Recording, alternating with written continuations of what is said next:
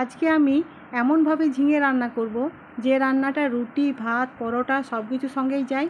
আবার যারা ঝিঙে খেতে চায় না তারাও কিন্তু এই রান্নাটা খেয়ে নেবে। নমস্কার, আমি সরস্বতী সিংহ, আটপৌরে জীবনে আপনাদের সকলকে স্বাগত।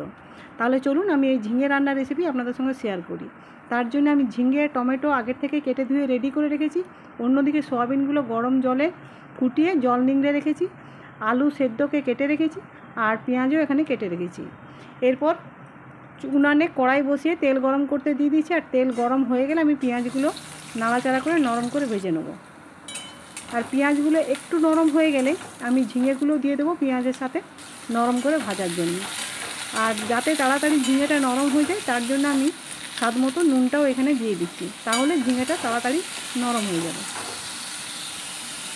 এরপর পরিমাণ মতো হলুদ, স্বাদ মতো লঙ্কা গুঁড়ো, আর এখানে আমি জিরে ধনে আদা রসুন একসঙ্গে আমি বেটে রেখেছিলাম সেই মশলা দিয়ে আবারও ভালো করে কষিয়ে নিচ্ছি।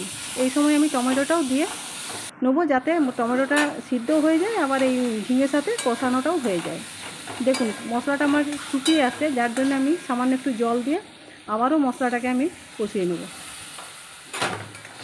আমি ততক্ষণ কষাবো যতক্ষণ ঝিঙের কাঁচা গন্ধটা বা মশলার কাঁচা গন্ধটা চলে না যায়।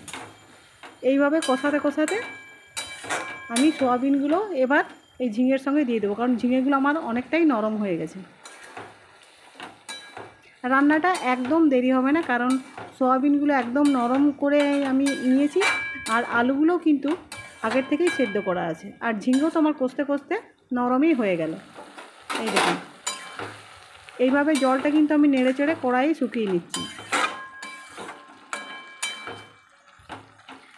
আর এই সবজির জল যদি কড়াইয়ে শুকিয়েই নেওয়া হয় তাহলে কিন্তু এতে স্বাদটা অনেকটাই বাড়ে।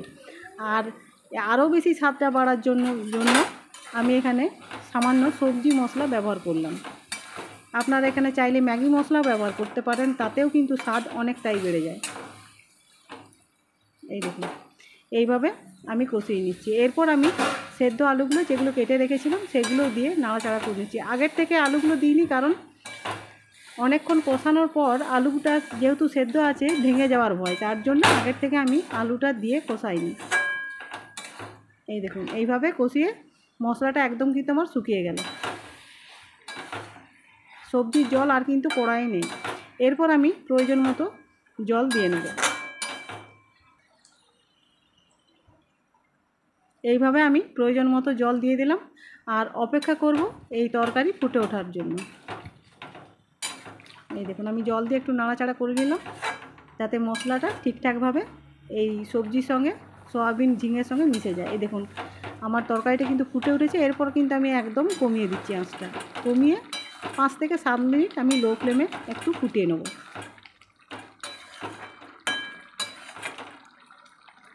এইভাবে ফোটানোর পরেই দেখবেন খুব সুন্দর একটা গন্ধও বেরিয়েছে, আর তরকারিটাও কিন্তু অনেক ঘন বা গাঢ় হয়ে এসছে।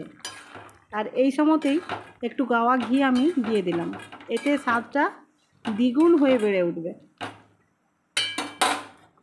রেডি হয়ে গেছে আমার ঝিঙে সোয়াবিনের তরকারি। এই তরকারিটা আপনারা রাতে রুটি পরোটা লুচির সঙ্গেও খেতে পারেন বা দুপুরে গরম ভাতের সঙ্গেও খেতে পারেন, খুব ভালো লাগে।